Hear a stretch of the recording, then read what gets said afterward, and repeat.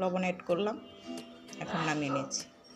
প্রসেসে চলে আসছি। কোফতাটা খুব ফেভারিট একটা খাবার, কোফতা হিসাবে খেতে পারেন, আবার এটাকে কারি হিসাবেও করা যায়। এই মশলাগুলো যেটা দেখিয়েছিলাম, কাঁচামরিচ, পেঁয়াজ, 2 টুকরো আদা, আর দিয়েছি আপনার জিরে।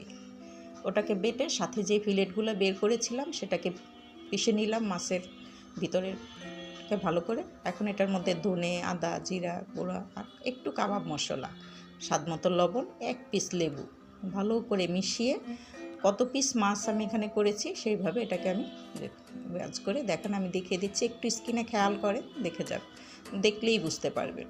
জাস্ট এভাবে করে সেট করে এটাকে আমি সবগুলো একসাথে করে নিব, করে সেট করে তারপর আমরা সুন্দর করে মাঝারি আঁচে